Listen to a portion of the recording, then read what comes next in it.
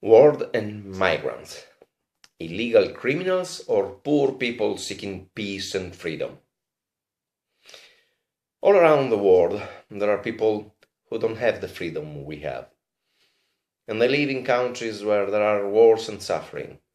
These people try to escape in every way from these places of pain, and they become migrants. The question is, what should civilized countries do about this kind of people?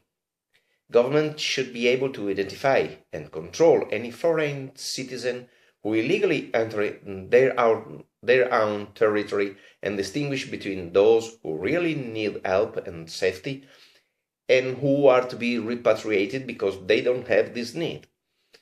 Migrants who try to enter into Europe, for example, are people who come to the African coast from different countries. From those coasts, they will embark to arrive in Italy.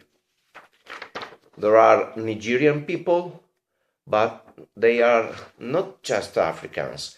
There are also people coming from the Middle East who claim to be running away from war and persecution, like the Syrians, the Ethiopians, and the Kurds. To cross Africa from east to west, these people make a very risky and dangerous trip of thousands of miles. All migrants' movements are guided by traffickers of human beings, who of course are not philanthropic, and migrants have to pay them a lot. Those who manage to arrive in Libya are waiting on the Libyan coast to sail on crumbling boats, which are also filled up 6 to 10 times their loading capacity. They all know that those boats will never get to their destination. They often do wreckage, and those who don't die must be rescued by the ship of the Italian Navy. In Italy and Europe, we have a lot of conflicting opinions about migrants. There are people who say that migrants must always be helped, even if they arrive illegally, because to do so is a civic and moral duty. However, a part of public opinion asks what will happen to these people after their entry into Italy. What future they will have? Will they stay in Italy, or will they try to go to the other European countries? In Italy, there is a situation of economic and labor crisis. And the risk is that migrants may fall into the hands of organized crime. On the other hand, some say that migrants are just clandestine. Public opinion say that once immigrants arrive in Italy, they should not be helped, but only sent back to their country of origin. Another part of public opinion thinks that migrants should be carefully selected before deciding whether to help them or send them back to their mother country. They say it's important to distinguish what kind of person the migrant is. Though they really run away from a dangerous situation, governments should have in place a strong system to determine if immigrants are good people or criminals, and law-abiding people should be allowed to enter the country. This could prevent or at least reduce tragedy and deaths at sea. Victims are usually women and children.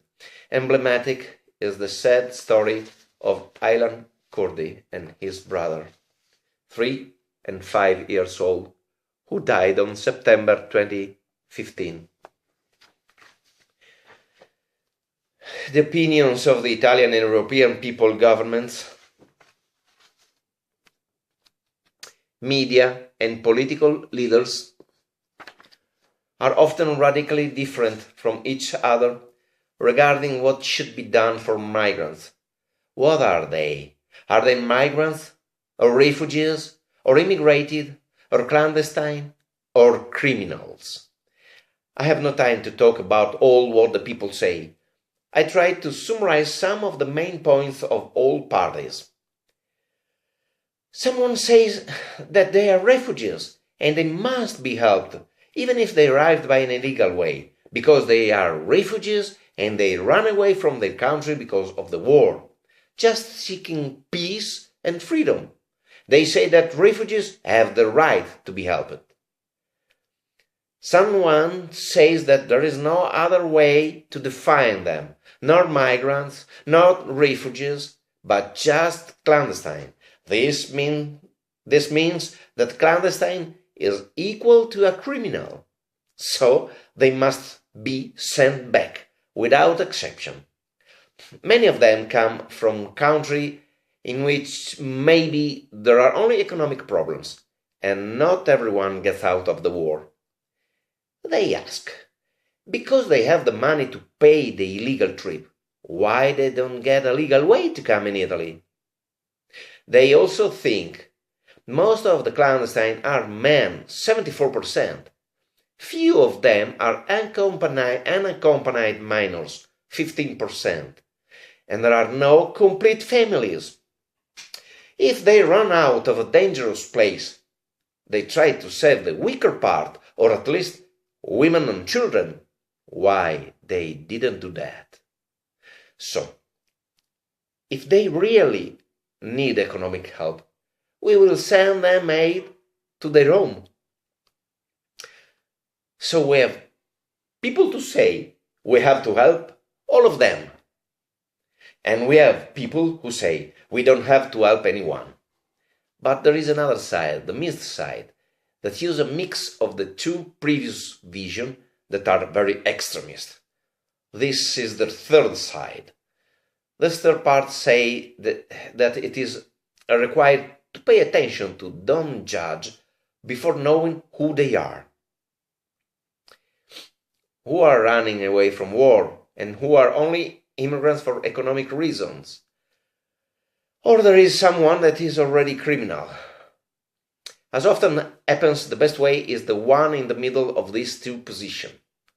In fact, the third group is transversal to the political parties. The problem should be faced by trying to reconcile humanitarian aid to those who are actually entitled to it with the security of my country. There are several aspects to consider, but those that require an immediate approach are rescue at the sea and faster identification of who can remain and who should be repatriated. People who need to be helped must follow an adaptation in educational path. The expulsion of people who cannot stay in Italy will have to take place within a few days, and repatriation must actually take place. Government should have in place a strong system to determine if immigrants are good people or criminals, and law-abiding people should be allowed to enter the country. Thank you.